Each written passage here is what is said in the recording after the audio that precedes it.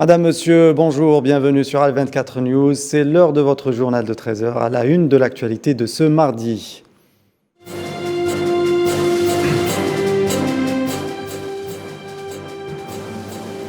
Fin de la visite du président Mahmoud Abbas en Algérie. Le président algérien Abdelmadjid Tebboune annonce la tenue prochaine d'une conférence unificatrice des factions palestiniennes.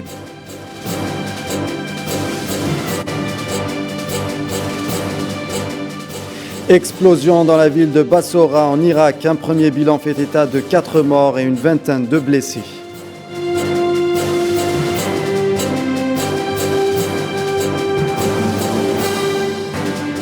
L'Allemagne tourne la page. Angela Merkel, Olaf Scholz, 63 ans, sera le nouveau chancelier du pays. Le social-démocrate doit être élu par les députés mercredi pour succéder donc à Angela Merkel.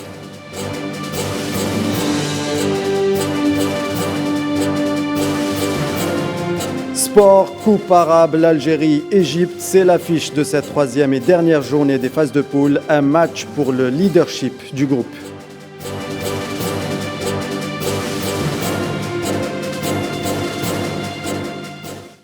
Fin de la visite de travail du président palestinien Mahmoud Abbas en Algérie. Hier, il a été reçu par le président de la République algérienne, Abdelmadjid Tebboune. Plusieurs points ont été abordés. Abdelmadjid Tebboune qui a d'ailleurs annoncé la tenue prochaine en Algérie d'un symposium qui réunira toutes les factions palestiniennes. Les détails avec Sohila Kilal. C'est aujourd'hui que prend fin la visite d'État du président palestinien Mahmoud Abbas en Algérie. Une visite hautement symbolique au cours de laquelle le président algérien Abdelmadjid Tebboune a réaffirmé le soutien inconditionnel de l'Algérie à la cause palestinienne. بالنسبة للقضية الفلسطينية تبقى القضايا جوهر الصراع في الشرق الأوسط ولن يستتب الأمن في الشرق الأوسط إلا بكيان دولة فلسطينية في حدود 1967 وعاصمتها القدس الشريف. Le président algérien Abdelmadjid Tebboune a annoncé l'organisation d'une conférence unificatrice réunissant toutes les fractions palestiniennes. على هذا الأساس خديت الرخصة من أخي الرئيس أبو مازن أننا سنجمع كل الفرقاء الفلسطينيين في الجزائر في أقرب وقت إن شاء الله. ربما تكون مقدمة للوحدة العربية التي نطمح إليها من خلال القمة. نحن نبارك أي جهد جزائري ونحن معه ونؤيده في سبيل الوحدة الفلسطينية. أي جهود من الجزائر نحن معها ونباركها. Le président palestinien est revenu sur les pratiques de l'occupation sioniste en territoire occupé, confiant à attendre beaucoup de la nouvelle administration américaine.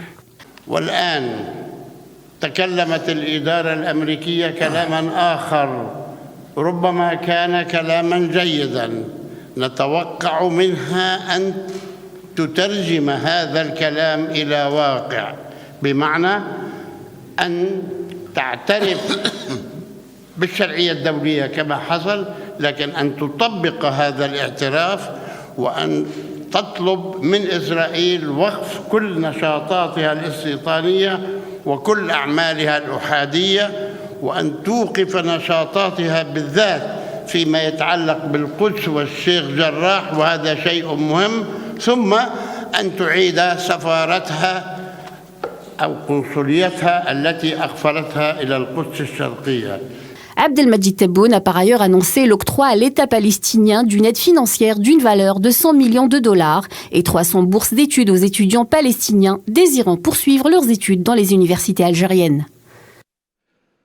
Hautement symbolique, la visite du président palestinien à Alger est surtout capitale et résolument politique. Les deux pays frères profitent de cette occasion pour envoyer un message fort à certains pays arabes qui ont courbé l'échine devant l'entité sioniste. Une occasion aussi de réaffirmer l'amitié qui lie ces deux pays. Les détails avec Tinhinan Makassi. Au-delà de la grande symbolique que porte cette visite, il sera également question de traiter de sujets éminemment stratégiques, en particulier dans un contexte où le monde arabe cède aux pressions sionistes. Concernant la rencontre de la Ligue arabe, nous espérons qu'elle sera différente des rencontres précédentes. Nous espérons voir plus d'union entre les pays arabes, surtout depuis que cette dernière est sous le contrôle de certains pays du Golfe, qui ont mis à l'écart un pays fondateur de cette Ligue, à savoir la Syrie, mais aussi devant la normalisation de certains pays avec l'entité sioniste. Et les autorités algériennes vont user de toute leur influence pour que ce pays revienne, tout comme nous espérons que la Palestine soit au cœur des discussions. Au cœur des discussions de cette rencontre qui vient réaffirmer les positions de l'Algérie vis-à-vis de la cause palestinienne, le prochain sommet des pays arabes. Il est également question de mettre fin aux visions expansionnistes de l'entité sioniste qui ne cache pas son ambition de transposer le conflit du Moyen-Orient en Afrique du Nord. Le fait que le Royaume du Maroc ait signé des accords sécuritaires avec l'entité sioniste est un antécédent grave et dangereux pour les pays arabes en général et la région du Maghreb et menace directement la stabilité de la région. Et est-il clair que cet accord vise à déstabiliser la région ? Cette joute diplomatique sera certainement que la première d'une grande série à l'approche du sommet des pays arabes, qui verra le retour de la série dont la participation est fortement encouragée par Alger. Et suite donc à l'annonce du président algérien Abdelmadjid Tebboune de la tenue prochaine d'une conférence unificatrice, la réaction des factions en question ne s'est pas fait attendre. Leurs représentants ont salué la décision du président de la République. Je vous propose d'ailleurs de les écouter. C'est une louable initiative que tout le monde respecte. On réaffirme la position inaliénable du Hamas pour atteindre l'unification nationale palestinienne, pour barrer la route aux obstacles qui font face à la cause palestinienne. L'invitation du président algérien intervient au bon moment. On est décidé à réorganiser toutes nos affaires internes. L'appel algérien est très important. À notre tour de lancer un appel à tous les Palestiniens pour répondre favorablement à cette invitation et qui sera certainement l'élément déclencheur pour mettre un terme aux divisions, sans oublier les efforts consentis par les autres pays pour le bien de notre pays. On est conscient que le rôle de l'Algérie est très important. Toutes les fractions palestiniennes vouent un énorme respect à l'Algérie. On souhaite que cette réunion soit une réussite et qu'elle sera différente des autres rendez-vous.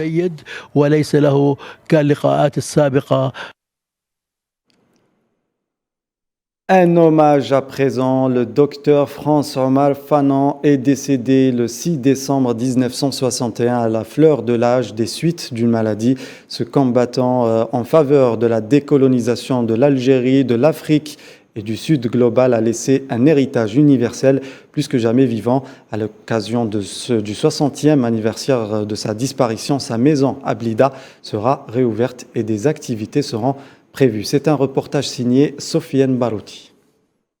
Nous commémorons la 60e année de la disparition physique du docteur C. Omar Fanon, psychiatre d'origine martiniquaise, directeur de l'hôpital de Blida. Cet authentique militant a vite fait le choix de rejoindre le Front de libération nationale et de s'engager afin de mener le combat anticolonialiste aux côtés de ses frères et sœurs d'Algérie. Après avoir rejoint les bases de l'ALN, il se consacra au service de la Révolution. Fondateur du journal El Moudjahid et émissaire du GPRA auprès de la République du Ghana, du Dr Nkrumah, de la Guinée de Sékou Touré ou du Mali de Modibo Keïta, Fanon a su conjuguer sa fibre humaniste aux nécessités pratiques de la lutte émancipatrice. Aujourd'hui véritable monument de la pensée décoloniale et pilier des études postcoloniales, il rédigea la plupart de ses travaux au contact de la praxis révolutionnaire algérienne. Mon père est un homme de rupture. Il n'a pas attendu de voir comment les choses allaient évoluer favorablement, défavorablement. Il a démissionné de son poste de directeur de l'hôpital de Blida et il a rejoint l'ALN tout de suite. Les damnés de la terre, ouvrage phare et véritable manifeste de la libération, a été élaboré après l'observation du magnifique sursaut du peuple algérien, refusant de céder à la terreur contre-insurrectionnelle. ce qui se cristallisa un certain 11 décembre 1960 par un formidable élan populaire. Dans l'an 5 de la révolution algérienne, il exprime au monde entier le bon fait par la paysannerie, par les femmes et par l'avant-garde du peuple algérien, face à la machine répressive coloniale. C'est ainsi que l'Algérie se dévoila et qu'elle se libéra, par un mouvement sans précédent, ouvrant la voie à tout un continent. Sir Omar est décédé le 6 décembre 1961 aux États-Unis.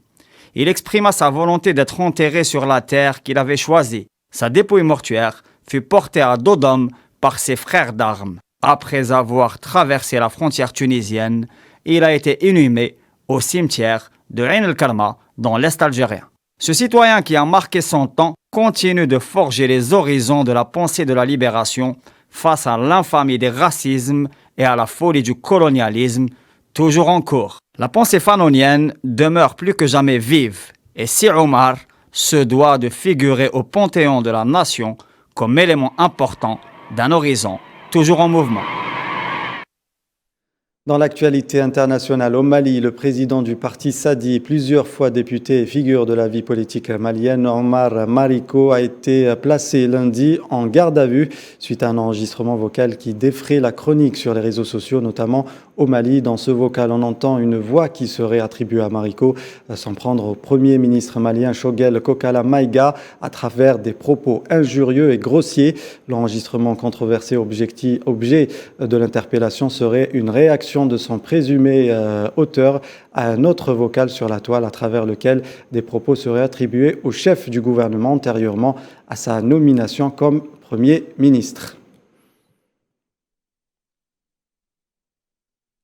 Au Congo, la Cour de cassation a accordé lundi 6 décembre une mise en liberté provisoire à l'ancien directeur du cabinet de Félix Tshisekedi, Vital Kamerhe, qui avait écopé d'une condamnation le 20 juin 2020 à 20 ans de travaux forcés par le tribunal de grande instance de Gombe dans une affaire de détournement des deniers publics. Il avait vu sa peine être réduite en appel à 13 ans de travaux forcés en juin 2021, mais il ne vivait plus en prison peu après sa condamnation officielle pour raison de santé.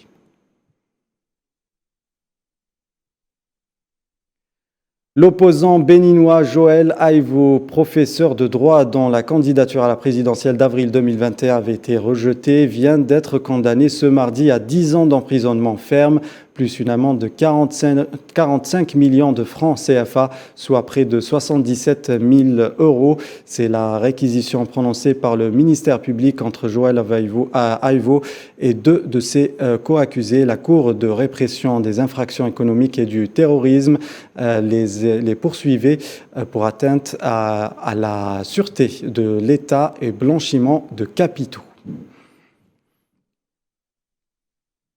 En Éthiopie, les villes de Dessi et Kambolcha, de nouveau sous le contrôle de l'armée éthiopienne. Le gouvernement éthiopien a annoncé avoir récupéré les deux villes stratégiques qui donnent un accès à une route commerciale principale située dans la région nord d'Amhara. Les deux villes ont été sous l'emprise des Tigréens depuis fin octobre. Une avancée significative donc pour les troupes fidèles au Premier ministre Abiy Ahmed. Relations sino-africaines, l'ambassadeur de la République de Chine en Algérie, Li Lian, a exprimé à l'occasion d'un entretien exclusif à Al24 News la satisfaction de son pays quant à l'état des relations bilatérales avec l'Algérie. Il a aussi parlé de la perspective d'approfondissement de la coopération stratégique avec le continent africain sur les volets économiques et commerciaux et la volonté de son élargissement à d'autres domaines de partenariat gagnant-gagnant. Je vous propose de l'écouter. Après que l'Algérie ait rejoint la famille des partenaires dans la construction du projet de la route de la soie, la coopération entre l'Algérie et la Chine est en phase d'ouverture de nouveaux horizons larges et du renforcement du partenariat dans divers secteurs. La Chine insiste sur l'approfondissement du partenariat avec les États africains et ceci fait partie de ses priorités diplomatiques. Et l'Algérie est un pays d'une importance centrale sur le continent, en plus d'être un partenaire de choix dans la perspective de l'optimisation des relations sino-africaines.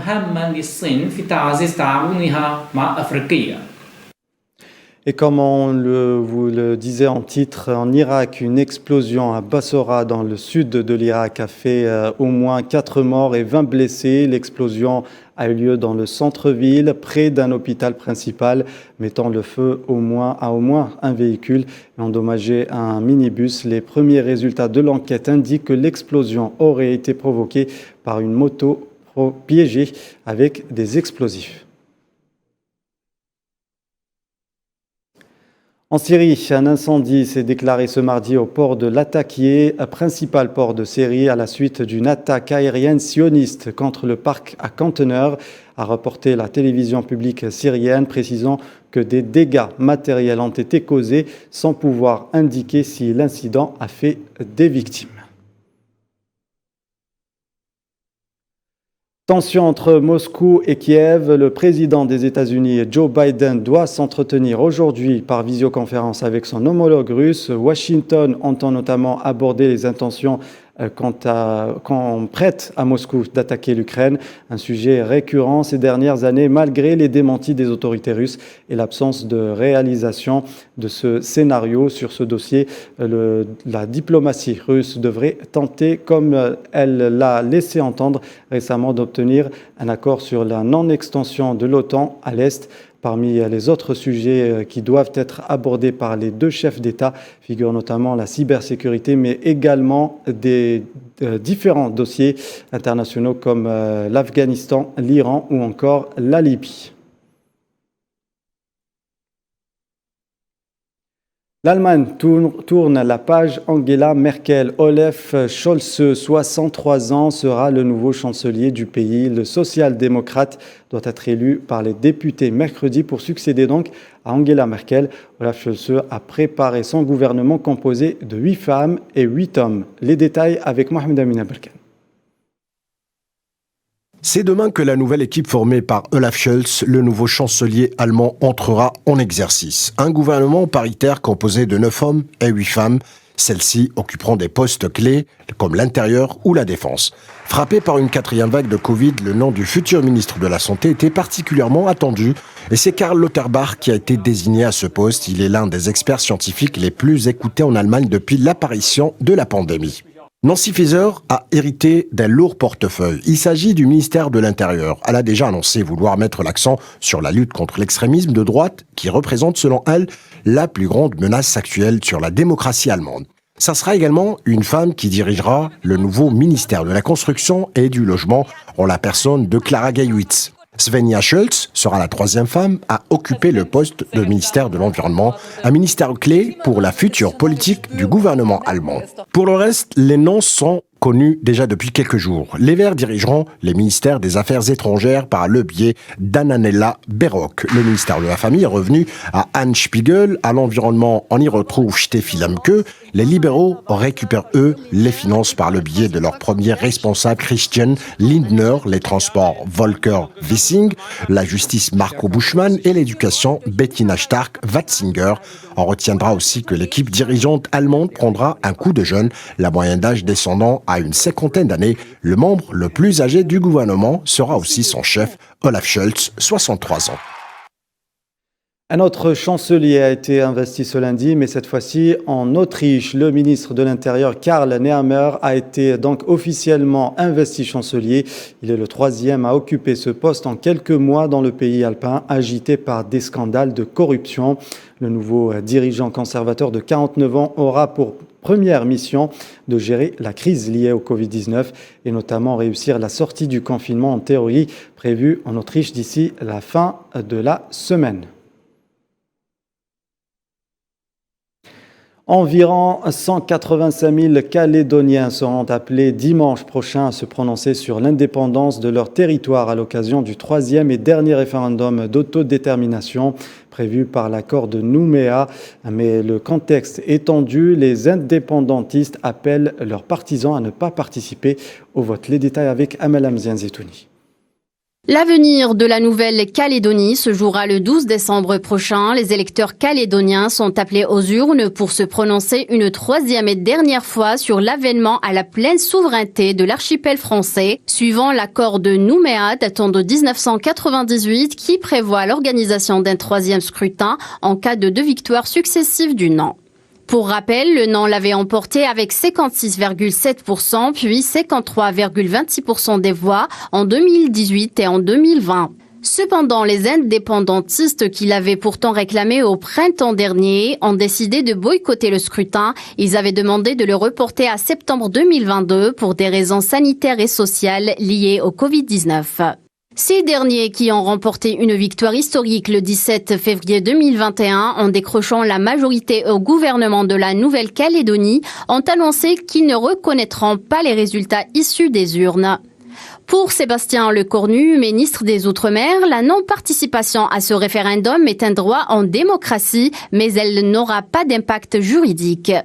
En cas de victoire du oui, l'archipel deviendrait un nouvel État, la Kanaki Nouvelle-Calédonie. Le pays se prononcerait sur le choix de sa monnaie et aurait sa propre nationalité. Et les relations financières entre la France et le nouveau pays vont prendre une nouvelle dimension.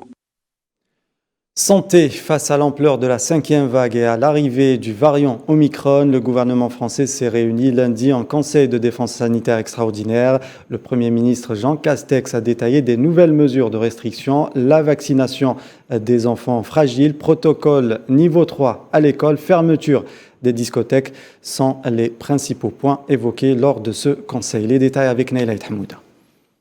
La dynamique se poursuit en France. Plus de 42 000 nouveaux cas de Covid sont enregistrés quotidiennement, alors que 10 millions de rappels ont été faits.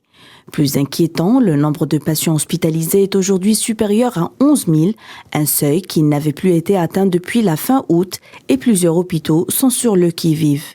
Conséquence directe de cette poussée épidémique, l'instauration du protocole sanitaire au niveau 3 à l'école. Le masque fait son retour à l'extérieur des établissements scolaires, y compris pour les activités sportives. Et une nouvelle organisation est prévue pour éviter le brassage à la cantine. Nous allons rehausser au niveau 3 le protocole sanitaire s'appliquant aux écoles primaires. La transmission du virus, on le voit, s'est en effet fortement accélérée chez les enfants de moins de 12 ans. À compter de jeudi prochain, le port du masque sera également requis dans les cours de récréation et les sports collectifs avec contact seront restreints. À partir de lundi prochain, les conditions de restauration seront aménagées en lien avec les élus locaux pour limiter le plus possible les brassages. Vous l'avez compris, pas de reconfinement ni retour du couvre-feu cette fois-ci, mais fini les discothèques pendant les 4 prochaines semaines. Nous fermerons les discothèques pendant les 4 prochaines semaines. Cette mesure s'appliquera à compter de vendredi prochain et jusqu'au début janvier. Nous le faisons parce que le virus circule beaucoup chez les jeunes, même vaccinés, parce que le port du masque est extrêmement difficile dans ces établissements. Nous le faisons aussi par cohérence avec le message général de prudence et aussi comme le font beaucoup de pays voisins. Et enfin, tous les Français âgés de 65 ans et plus pourront obtenir une dose de rappel de vaccin contre la Covid-19 sans rendez-vous. Le gouvernement encourage également les entreprises à avoir davantage recours au télétravail. Direction la Chine, une ville du nord-est du pays a décidé de récompenser via une prime de près de 2800 € les volontaires qui se font dépister et dont les résultats se révèlent positifs au Covid-19. C'est la solution adoptée par les dirigeants de cette ville pour accélérer le dépistage et ainsi limiter le nombre de contaminations. Malgré le nombre relativement limité des nouvelles contaminations, 38 nouveaux cas rapportés pour la journée de dimanche. Sur l'ensemble du territoire chinois, les autorités sanitaires entendent bloquer au plus vite l'apparition de nouveaux foyers. En Californie, une plainte a été déposée contre Facebook par des réfugiés Rohingyas et réclame 150 milliards de dollars d'indemnités au réseau social qu'ils accusent d'avoir laissé se propager sur sa plateforme des messages de haine visant cette minorité ethnique. La plainte déposée auprès d'un tribunal de Californie où Facebook a son siège affirme que les algorithmes utilisés par le géant de la technologie ont favorisé la désinformation et des idéologies extrémistes qui se sont traduites par des actes violents dans le monde réel. Aux États-Unis, toujours, nous allons nous intéresser à un fait plus ou moins inédit. Aux États-Unis, une entreprise américaine spécialisée dans la fintech a licencié 900 de ses salariés via visioconférence. Si vous avez été convié à cet appel, c'est que vous faites partie des malchanceux qui sont licenciés. Votre contrat prend fin avec effet immédiat. C'est ce qu'a annoncé le PDG de cette entreprise en direct à ses salariés qui représentent 19% de son effectif. Les salariés de l'entreprise ont dénoncé un acte brutal de ce licenciement par visioconférence. Économie, on s'intéresse à l'industrie automobile en Allemagne qui ne cesse de reculer depuis 2018, enregistrant de nouvelles baisses estimées à 31,7% en novembre dernier. Ce secteur emblématique pour l'Allemagne risque de perdre sa place à la faveur de l'émergence de nouveaux acteurs américains et asiatiques qui s'appuient sur la numérisation croissante de l'automobile. Les explications de Mohamed Ali Ben Shaban. Le marché automobile allemand a connu en novembre dernier une baisse sensible de ventes estimée de 31,7%. Les ventes entre janvier et novembre de l'année en cours sont de 8%. Ce taux est inférieur à celui de la même période de l'année dernière. Au total, 198 258 voitures neuves ont été matriculées le mois dernier dans la première économie européenne, selon les chiffres publiés par l'Agence fédérale de l'automobile KBA, et 2,4 millions en 11 mois. Alors qu'experts et fédérations s'attendent pour l'ensemble de l'année à une baisse autour de 10% par rapport à 2020. La Fédération des constructeurs étrangers VEDIC prévoit 2,6 millions d'immatriculations cette année, tandis que l'expert Ferdinand Dudenhofer, directeur du Centre Automotive Research à Duisburg, table sur 8% à 2,69 millions. Le marché automobile allemand n'a pas été aussi mauvais depuis la réunification. La production intérieure des constructeurs allemands a baissé de 32% en novembre à 307 200 voitures, amenant la chute à 12% sur les 11 premiers mois de l'année en cours, selon la fédération VDA. La marque Volkswagen est restée en novembre à la tête du marché avec une part de 15% malgré une chute des ventes de 42% sur un an. Devant Mercedes, 10% des immatriculations avec une perte de 7 794 unités comparée à novembre de 2020. BMW, troisième sur le marché, affiche un retrait de 31,8% dans la même période. Sport, Coupe arabe, suite et fin de la troisième journée aujourd'hui au programme du groupe C. La Jordanie jouera la Palestine, le Maroc déjà qualifié affrontera l'Arabie Saoudite. Début des matchs prévus à 16h heure algérienne. Dans l'autre groupe D, celui qui intéresse tous les fans de l'équipe nationale algérienne, l'Algérie dans l'affiche de cette troisième journée affrontera l'Égypte pour le leadership du groupe. L'autre match du groupe verra le Liban face au Soudan. Début des matchs 20h heure algérienne.